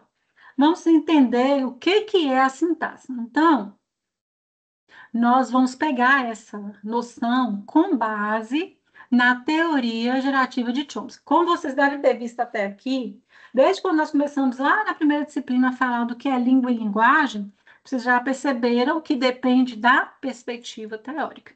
Então, por isso que é importante olharmos com base em qual perspectiva estamos trabalhando, entendendo cada conceito.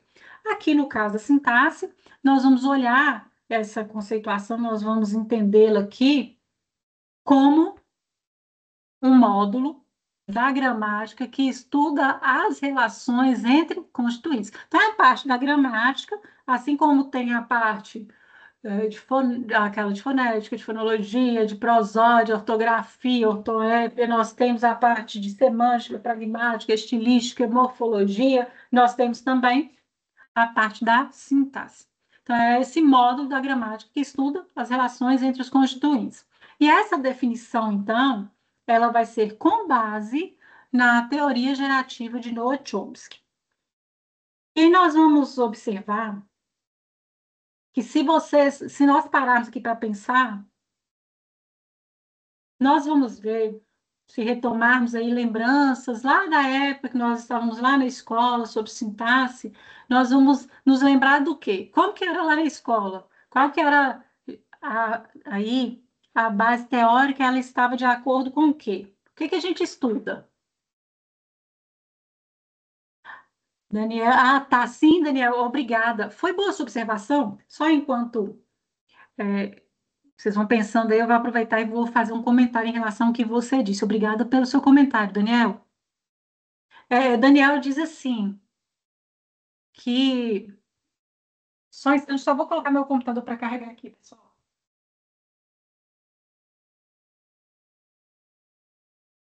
Daniel, ele faz aí uma retomada do conceito que é proposto nos dicionários. Vocês já pararam para analisar como que funcionam as significações que são apresentadas no dicionário? Foi excelente a sua observação, Daniel.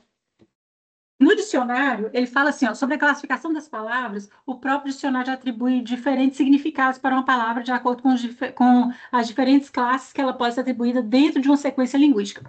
Essa observação é importante porque no dicionário nós temos aí várias possibilidades.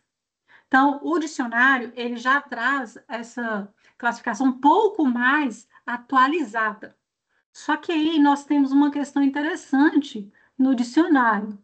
Para essa significação aí do termo palavra, ficou bem interessante, porque traz essa perspectiva um pouco diferente mesmo do que é o mais tradicional. No entanto, nós precisamos levar em conta o quê? que no dicionário nós temos, quando nós falamos de significação de palavras, nós temos ali significados e não sentidos. Então, se nós estivéssemos tratando de sentido,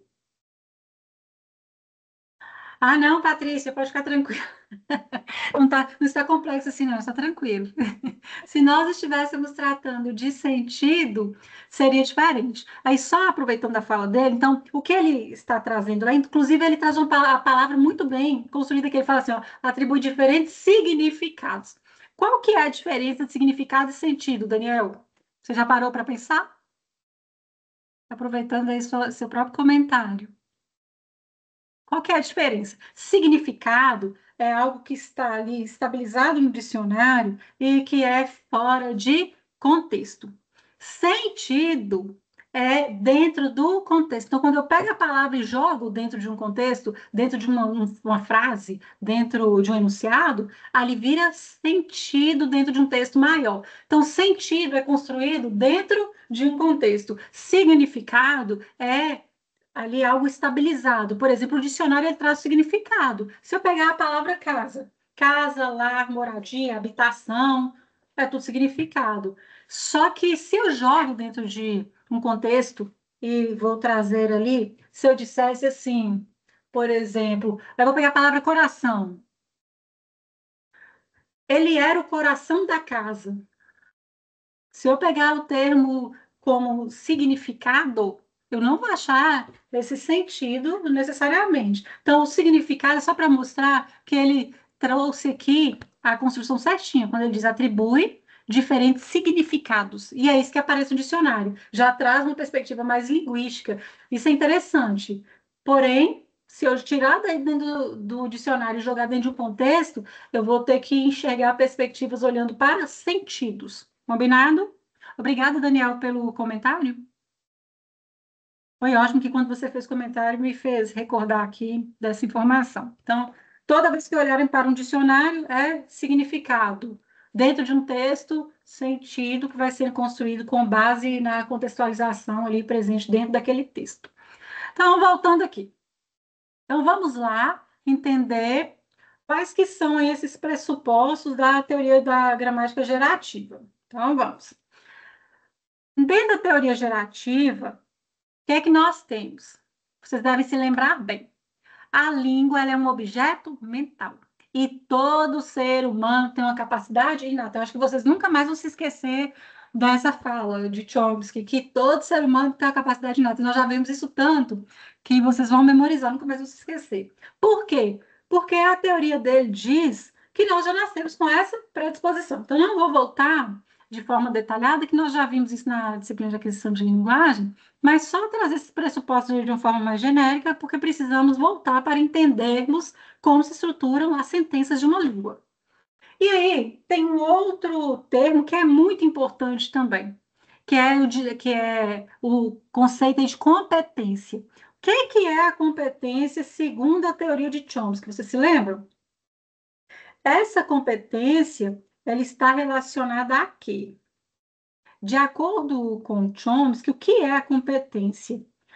É aquele conhecimento que nós, enquanto falantes, nós vamos ter de uma língua, de uma determinada língua. Então, por exemplo, nós falamos da língua portuguesa, nós temos a competência aí dos elementos, da estrutura da nossa língua. Quem é falante da língua de sinais, a Libras, aí tem quem utiliza a língua de sinais para se comunicar, no caso a Libras, vai ter aí também uma competência. Então, essa competência é esse conhecimento mental que ele fala que é inato, que todos nós nascemos com uma capacidade de desenvolvermos essa estrutura linguística do idioma a que somos expostos. Aí ele traz também o conceito de performance, que é a mesma coisa de desempenho, que é o quê? É colocar em prática, é tanto que a palavra desempenho já traz esse sentido aí. Então, é colocar em prática esse conhecimento da língua que nós detemos. Então, essa competência nós vamos colocar em prática, isso é chamado de performance. Então, nós vamos ver que essa performance vai ser o uso concreto desse conhecimento que é a competência. E é interessante nós levarmos em consideração que na teoria de Chomsky, todos nós, então, vamos ter a mesma competência para conseguirmos julgar sentenças, para sabermos se são gramaticais ou são agramaticais, por exemplo, se são possíveis, palavras possíveis na língua portuguesa, se não são. Então, nós vamos conseguir fazer isso exatamente por conta dessa competência que nós detemos. E outra concepção importante que Chomsky traz é de gramática universal. Ele fala o seguinte, que existe uma gramática universal e essa gramática universal ela vai ser composta aí de princípios e parâmetros. E ele explica para nós o que são os princípios e o que são os parâmetros. Os princípios, ele diz que é o seguinte, que existe uma gramática universal, que ela é comum a todos os falantes e os falantes de qualquer língua, e esses princípios, eles são comuns. Aí ele diz assim, por exemplo, ó, o que são princípios ou regras válidas para todas as línguas faladas no mundo? Que tem substantivo e tem verbo. Então, ele dá como exemplo. Tem outros exemplos, mas só para ilustrar. Aí ele fala assim, que é regra válida para todas as línguas. Se pegar qualquer língua, nós vamos enxergar a presença de substantivos e verbos, por exemplo. Então, isso ele fala que é comum a todas as línguas nessa gramática universal. Mas ele diz que além desses parâmetros, desses princípios, nós temos os parâmetros. E o que são os parâmetros? Então, além dos princípios, são as regras válidas, ou para todas as línguas gerais, nós temos os parâmetros, que são aqueles fenômenos, que são aquelas regras específicas de cada língua. Então, por exemplo, enquanto no português nós vamos ter algumas construções que vão ser sem sujeito, vai ser expresso, por exemplo, em frases assim, se eu dissesse, já chegaram da escola. Não dá para saber. No inglês e o francês, nós vamos ver que enquanto no português é marcado de uma forma mais positiva, no inglês e no francês vai ter uma marcação mais negativa. E aí nós vamos ter que, nessas duas línguas, ter uma realização lexical do sujeito, com valor mais positivo, ou seja, vai ter que aparecer esse sujeito aí. E no português, não necessariamente, nós vamos poder ter um sujeito nulo. E nós conseguimos fazer essa estrutura no português de forma compreensível, em outras línguas, não. Então, nós temos algumas estruturas no português que se diferem de outras línguas, no caso, por exemplo, desse sujeito nulo. E a criança, à medida que ela vai aí ser disposta a esse idioma que ela está aprendendo, adquirindo, ela vai o quê? Ela vai fixando essas regras e vai aprendendo esses parâmetros que são específicos de cada língua. Por exemplo, no português, nós temos muito a marcação da negativa. É, por exemplo, você não vai trabalhar hoje, não? Então, nós temos a marcação aí, você não vai trabalhar hoje, não? Eu tenho marcação da negativa mais de uma vez na frase. Em outras línguas isso não é comum. No português é muito comum fazermos isso. Então, é algo que nós chamamos de parâmetro. É algo específico da língua portuguesa, que de nós falamos da língua portuguesa.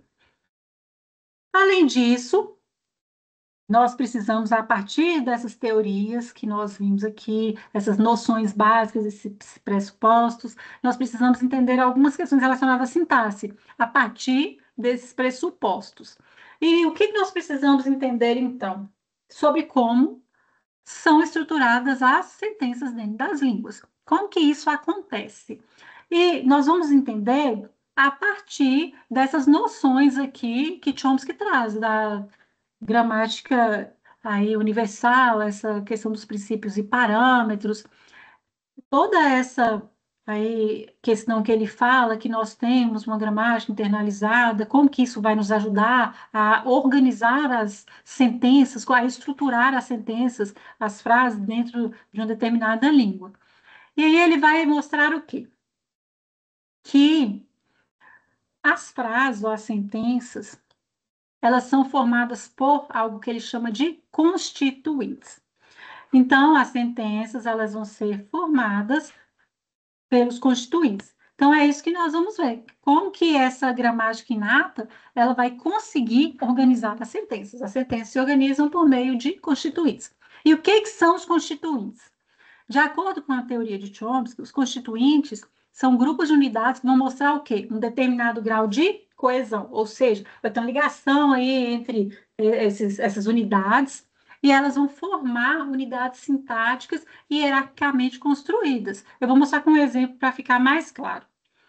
E esses constituintes, eles vão ter aí o que nós chamamos de categorias. Então, essas categorias, elas vão ser as classes que vão definir a natureza e o comportamento dessas unidades que são esses constituintes. E vão mostrar como que esses constituintes, eles vão se combinar, aí olhando a questão sintática, ou seja, como que eles vão contribuir para que as sentenças sejam formadas. E essas categorias, elas podem ser lexicais ou podem ser gramaticais. Aí as categorias são, então, para que vocês entendam melhor, o meio que os constituintes aí eles vão usar, ou o meio pelo qual os constituintes eles vão ser classificados, e baseando-se nas propriedades gramaticais das palavras que vão formar aí esses constituintes. E isso está diretamente relacionado àquela teoria da faculdade da linguagem, que é a questão inata aí que Chomsky traz, que vai ser formado por categorias, que são determinadas exatamente pelos princípios e parâmetros que vão nos ajudar a olhar como que essas sentenças vão ser formadas. Então, vamos lá. Nós temos uns exemplos aqui. Nós temos assim, ó. A casa de Maria é azul e branca. Nós temos uma unidade, a casa de Maria. Essa é um constituinte que vai formar uma sentença. Então, nós temos essa primeira parte, a casa de Maria. É uma unidade. Nós temos outros constituintes. Então, tem a casa de Maria, então, tirando aí o artigo, que vai ser esse adjunto adnominal aí. Então, nós temos casa de Maria, nós temos azul e branca, nós temos azul e branca, e a oração completa vai ficar: a casa de Maria é azul e branca. Então, todos esses constituintes, olhando para a oração aí completa, a casa de Maria é um constituinte, é uma unidade sentida dentro dessa oração. Se eu pegar a casa de Maria como a parte principal, também é. Se eu pegar essa especificação azul e branca, é azul e branca, todos esses constituintes aí vão fazer sentido dentro da sentença. É só olhar para a oração completa que nós vamos ver que realmente são partes dessa sentença. Só que, se nós dissermos assim, Maria é azul e branca, não vai ser um constituinte dessa oração, não vai fazer sentido. Por quê? Porque a partir daquele conhecimento dos parâmetros que nós temos aí dessa teoria de Chomsky, nós vamos ver o quê? Que esses constituintes, eles vão se organizando aí em categorias gramaticais e desde muito cedo nós vamos desenvolver essa competência linguística. Nós temos uma competência linguística que nos faz o quê? Ser capazes de agrupar palavras que vão ter propriedades compartilhadas. Então, por exemplo, assim, casa de Maria. O A vai ter uma propriedade compartilhada com a casa, são adjunta adnominal aí formando a ideia, a significação dentro da oração. Se eu pego casa de, aí eu preciso aí da preposição de para poder fazer essa ligação entre casa e o de para virar a casa de Maria. Azul e branca, eu preciso aí desses adjetivos para trazer a especificação. É azul e branca, eu preciso aí desse verbo para poder ligar as ideias. Então, aqui, nós vamos, pela nossa competência, que vamos desenvolvendo aí desde muito cedo, nós vamos conseguindo enxergar partes possíveis e que formam um todo depois, uma oração completa. Agora, como eu disse, se eu dissesse assim, é, como constituinte dessa oração, é possível dizer Maria é azul e branca? Não. Por quê? Pela competência que nós vamos desenvolvendo desde muito cedo, nós enxergamos que não é um constituinte possível dentro desta oração.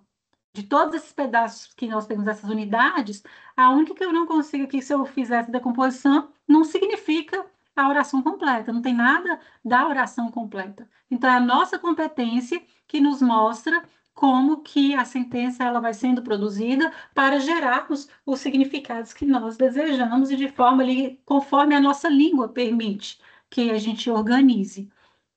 Aí nós temos um outro exemplo aqui. Nós temos assim: os meninos fizeram uma tremenda bagunça. Aqui nós vamos analisar o quê? Que os constituintes, eles vão ter uma combinação, vão se combinar de uma forma hierárquica para formar sentenças. Isso significa dizer o quê? Que vai haver uma ordem de junção. Então, nós vamos juntar, a partir de uma certa hierarquia, o que é principal, o que se liga a quê, para formar o sentido que nós desejamos. Então, essa competência que nós temos nos ajuda a fazer essa organização hierárquica. Aí, nesse exemplo aqui, então, os meninos fizeram tremenda bagunça. Vou pegar aqui o constituinte tremenda bagunça. Quando eu olho esse constituinte tremenda bagunça, eu vou pegando as outras unidades que estão ligadas. E aí eu pego esse tremenda bagunça como hierarquicamente superior aos outros e vou ligando as outras informações. Ó, vai se juntar o item lexical aqui, por exemplo, uma. Então, ó, uma tremenda bagunça. Então, já juntei mais um item lexical. Aí vai constituir uma tremenda bagunça. Então, aqui, ó, cadê o exemplo? Ah, não veio aqui no outro, não. Aí tem assim, se nós juntarmos também, ó, com o vocábulo meninos, então, ó, que se junta, os meninos fizeram tremenda bagunça. Então, eu quero dar ênfase à tremenda bagunça, colocar como hierarquicamente superior. Aí eu já juntei uma. Então, uma tremenda bagunça, coloquei esse adjunto acompanhando. Aí eu quero dizer que os meninos que fizeram uma tremenda bagunça. Aí eu junto mais uma unidade. Os meninos, que eu quero dizer quem fez aí essa bagunça. Aí se junta a constituinte uma tremenda bagunça. Aí formando um constituinte hierarquicamente, que fizeram uma tremenda bagunça. E aí nós vamos ver que os meninos vai se juntar, então, e formar a sentença. E a combinação desses constituintes vai formar a sentença inteira, olhando aí cada uma dessas partes. Então, eu tenho tremenda bagunça, eu preciso do uma para constituir, aí eu vou pensar, eu não posso colocar um tremenda bagunça, eu tenho que colocar singular, eu não posso colocar no plural, eu tenho que colocar no singular então, e não posso colocar um no masculino. Fizeram, por que fizeram? O que o verbo vai para o plural? Porque eu tenho ali meninos no plural.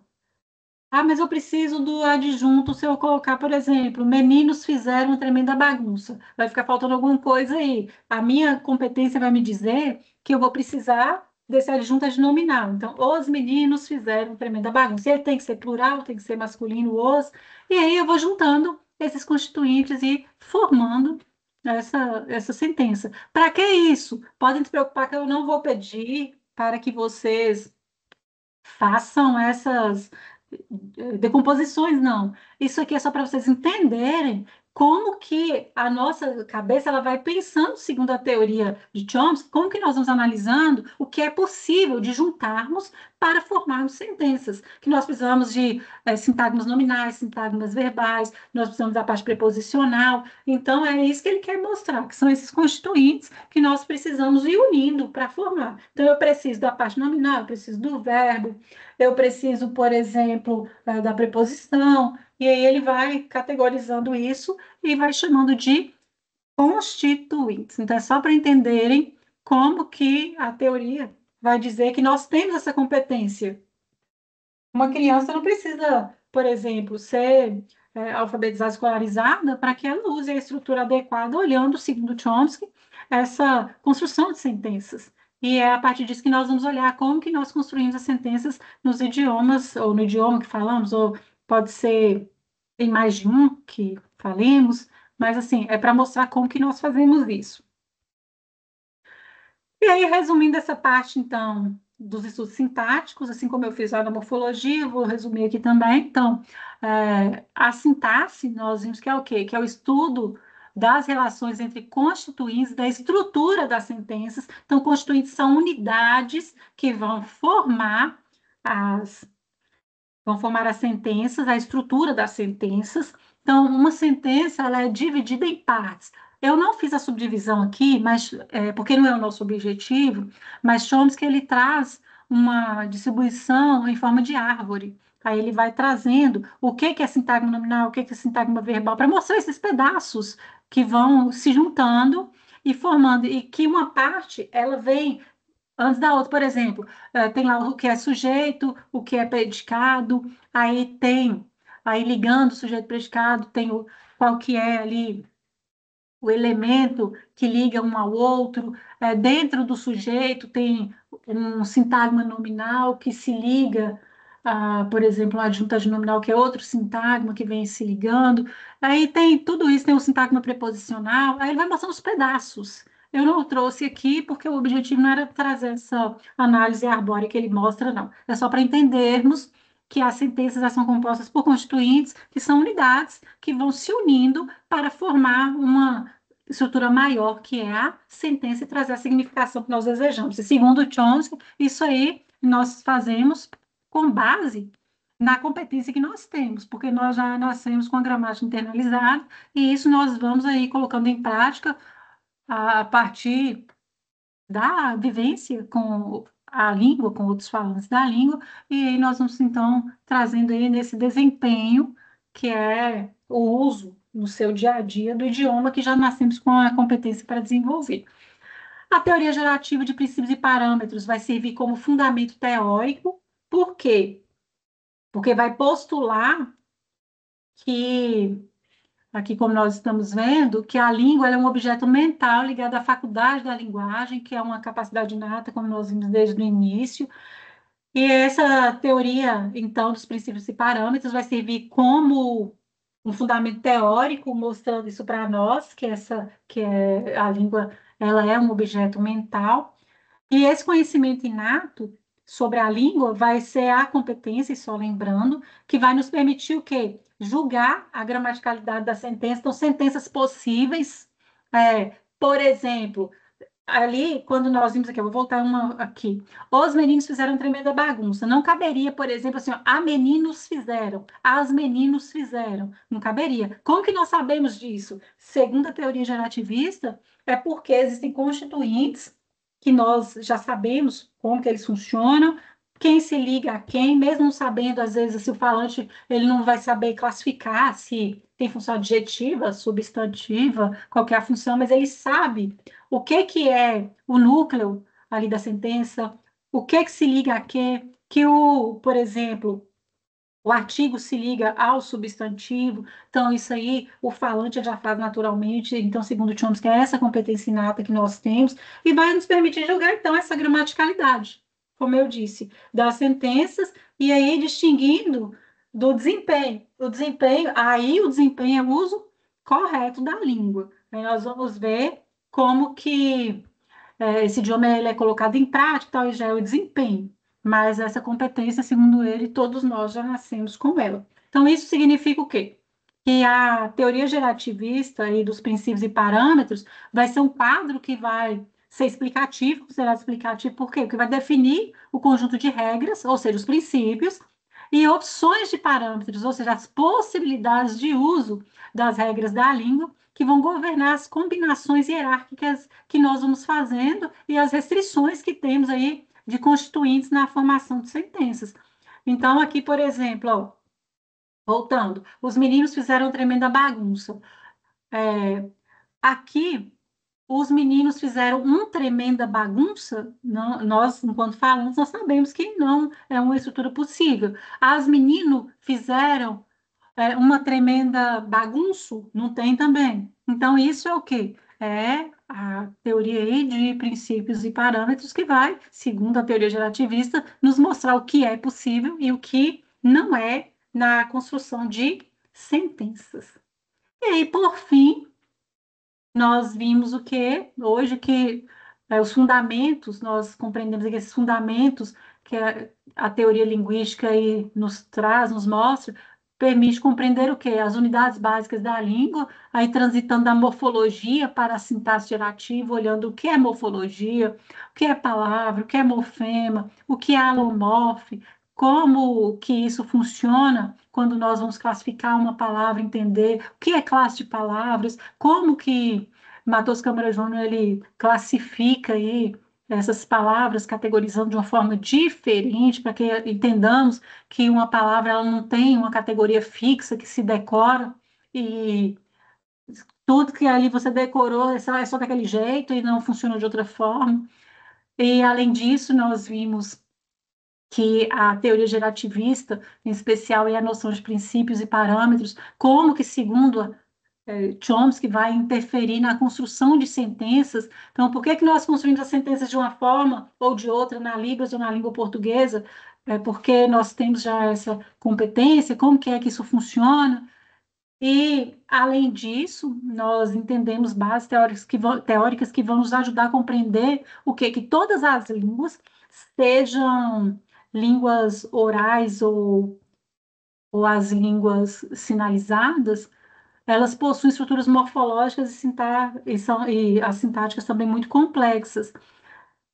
É interessante porque muitas pessoas às vezes acham que na língua brasileira de sinais, por exemplo, que nós não temos estruturas complexas.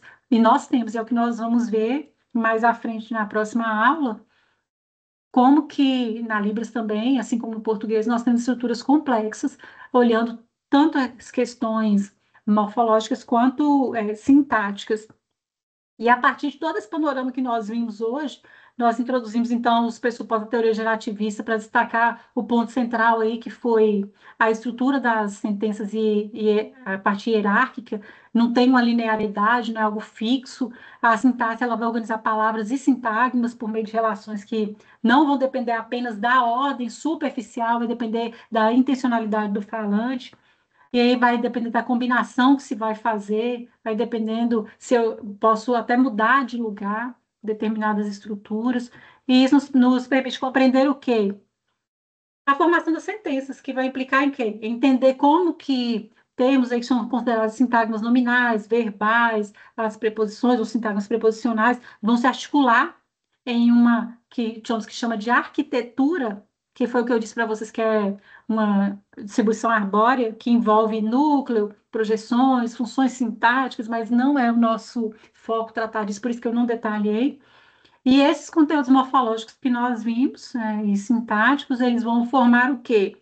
Um conjunto de ferramentas analíticas que são fundamentais para estudarmos qualquer aí, é, pressuposto linguístico que queiramos, se nós precisamos olhar com detalhes assim, de uma forma mais aprofundada. E é justamente a partir dessa análise mais detalhada, mais complexa, que nós vamos trabalhar na próxima aula, pensando aí nessa organização especial da língua brasileira de sinais, mostrando que é uma língua riquíssima, com estrutura muito bem organizada e complexa. E na próxima aula, então, nós vamos ver de forma mais aí, concreta o funcionamento morfológico e sintático da Libras. Essas aqui foram as principais referências que eu utilizei.